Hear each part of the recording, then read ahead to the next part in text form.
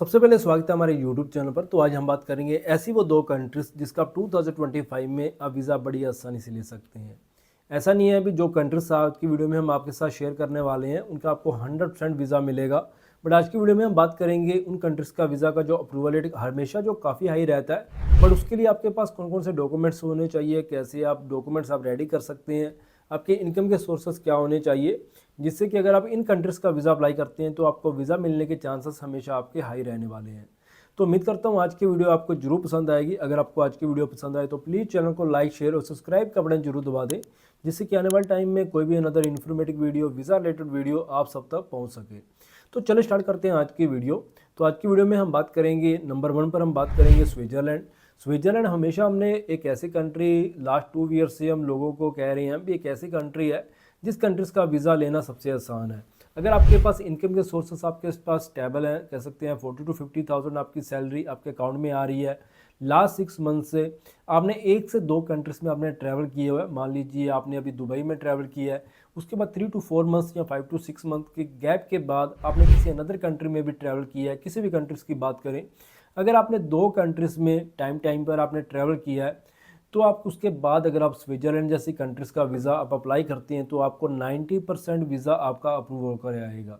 जिसमें कह सकते हैं आपकी इनकम के सोर्सेस आपके स्टेबल जरूर होने चाहिए, जिसमें आपकी 40 to 50,000 सैलरी लास्ट 6 मंथ से आपके अकाउंट में आ रही हो, आपके अकाउंट में मोर देन 6 लाख आपके अकाउंट में फंड हो,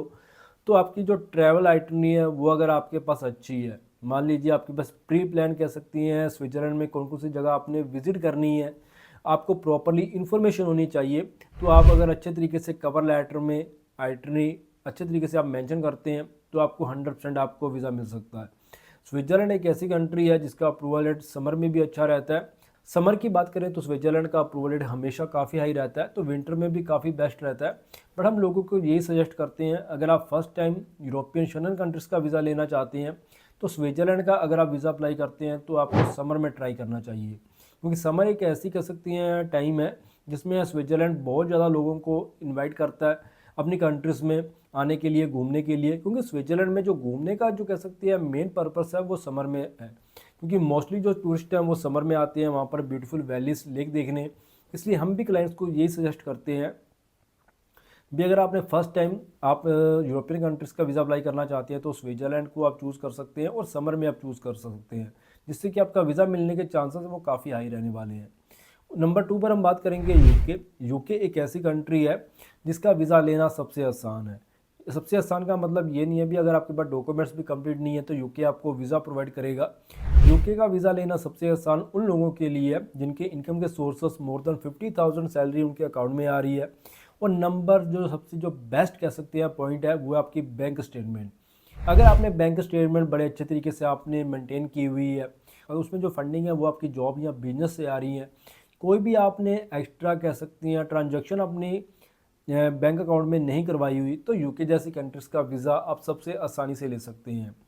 यूके उन फाइल वालों को कभी भी वीज़ा प्रोवाइड नहीं करता जिनकी बैंक स्टेटमेंट सही नहीं है। मान लो उनके अकाउंट में कभी किसी से वो पैसे डिपॉजिट करवा रहे हैं, कभी किसी से वो किसी से डिपॉजिट करवा रहे हैं, ऐसे ही वो कभी पैसे विड्रॉ करवा रहे हैं, कभी डिपॉजिट करवा रहे हैं किसी भी पर्सन से,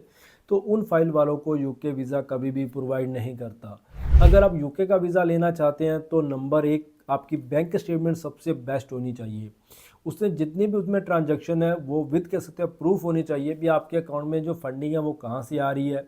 उसमें से एक्सपेंसेस कितने आप कर रहे हैं। अगर वीज़ा अफसर को आपकी बैंक स्टेटमेंट अच्छे तरीके से आपने मेंटेन की है, अपनी फाइल में अटैच की है,